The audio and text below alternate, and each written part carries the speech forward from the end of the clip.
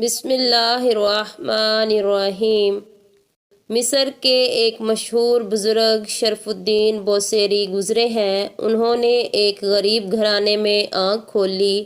جیسا کہ والدین بچوں کو اسکولوں مدرسوں میں تعلیم حاصل کرنے کے لیے بھیجتے ہیں، اسی طرح بوصیری کو بھی والدین نے مدرسے بھیجنا شروع کیا اور جلد ہی آپ نے قرآن پاک حفظ کر لیا۔ اس کے بعد آپ کے والد صاحب کی خواہش تھی کہ آپ اب کچھ کام کاج کریں تاکہ گھر سے غربت کا خاتمہ ہو، جبکہ بوصیری ابھی مزید تعلیم حاصل کرنا چاہتے تھے۔ وہ ایک زیادہ روشن مستقبل چاہتے تھے۔ گھر میں باپ بیٹے کے درمیان کھینچا تانی شروع ہو گئی۔ آخر کار بوصیری نے اپنی والدہ کو اپنے ساتھ ملا کے والد سے مزید پڑھنے کی اجازت لے لی۔ اس کے بعد آپ نے تجوید، فقہ اور باقی ضروری مضامین کو پڑھا اور بچوں کو پڑھانا شروع کر دیا۔ اس وقت تک آپ ایک دنیا دار شخص تھے اور مادی کامیابیوں کو ہی ترجیح دیتے تھے۔ آپ غربت سے نجات حاصل کرنا چاہتے تھے۔ شاعری کا وصف آپ کو اللہ تعالیٰ کی طرف سے ودیعت کیا گیا تھا۔ آپ اب بادشاہوں کی شان میں قصیدے بھی لکھتے تھے اور نئے شعراء کی اصلاح بھی کیا کرتے تھے۔ درس و تدریس سے بھی منسلک تھے۔ ایک دن آپ گھر سے باہر کہیں جا رہے تھے جب ایک شخص نے آپ کو روک کے آپ سے پوچھا، کبھی محمد صلی اللہ علیہ وسلم کی بھی زیارت ہوئی ہے؟ اس شخص کا یہ سوال کرنا امام بوصیری کی زندگی کو بدلنے کا سبب بن گیا۔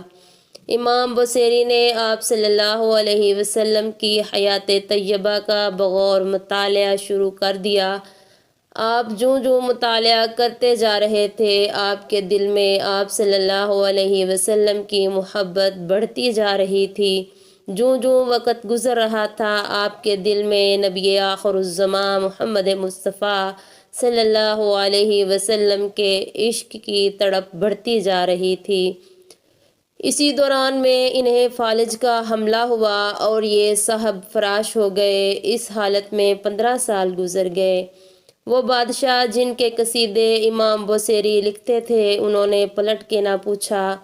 آپ بہت دل گرفتگی کے عالم میں ایک رات لیٹے ہوئے تھے جب آپ نے سوچا کہ زندگی بھر دنیا کے بادشاہوں کے قصیدے لکھے، آج کیوں نہ ان کا قصیدہ لکھوں جن کے سامنے ان بادشاہوں کی کوئی اوقات نہیں۔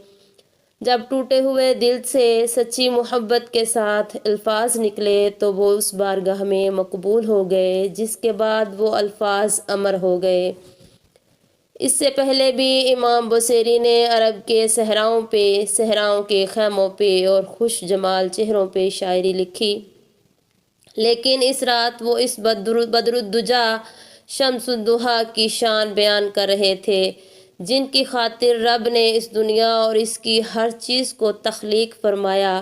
میرا ایمان یہ ہے کہ یہ کلام بھی آپ کی ہی دین ہے اور وہی رب ہے اسے انسان پہ اتارتا ہے۔ جب آپ قصیدہ لکھ چکے تو آپ نے قلم دوات رکھی اور سو گئے۔ اسی رات آپ نے خواب میں دیکھا کہ آپ صلی اللہ علیہ وسلم تشریف لائے ہیں اور فرمایا کہ اٹھ بوصیری۔ امام بوصیری نے کہا، میں 1000 جانوں سے قربان، لیکن کیسے اٹھوں، کیونکہ وہ فالج زدہ تھے اور اٹھنے سے قاصر تھے۔ آپ صلی اللہ علیہ وسلم نے اپنا دست شفقت ان کے جسم پہ پھیرا اور فرمایا، اٹھ اور مجھے وہ سنا جو تو نے لکھا ہے۔ امام بوصیری اٹھ بیٹھے اور جھوم کے سنا رہے ہیں، مولایا صلی وسلم دائماً ابداً ابدا۔ اے اللہ، آپ دائمی اور ابدی سلامتی بھیجیے اپنے محبوب پہ۔ میری آنکھیں آپ کی یاد میں آنسو بہا رہی ہیں اور رواں دواں ہیں۔ مدینہ پاک سے ٹھنڈی ہوا آ رہی ہے، اندھیری رات میں بجلی چمک رہی ہے۔ میرے عشق کا تذکرہ لوگوں تک پہنچ چکا ہے۔ اب میرا راز محبت بھی نہیں چھپ سکتا اور نہ ہی میرا مرض ختم ہوگا۔ تیری محبت کی میرے آنسو اور میری بیماری گواہی دے رہے ہیں۔ میں اپنے عشق کو کیسے چھپا سکتا ہوں؟ اے دل، اگر تو حضور صلی اللہ علیہ وسلم کا عاشق نہیں تو مکہ کو دیکھ کے آنسو کیوں بہاتا ہے؟ کیا محبت میں رونے والا عاشق خیال کرتا ہے کہ بہتے آنسوؤں اور سوختہ دل کی آڑ میں محبت کا راز چھپا پائے گا؟ تیری آنکھوں کو کیا ہوا ہے کہ تو انہیں آنسو روکنے کے لیے کہتا ہے اور یہ بہائے جا رہی ہیں؟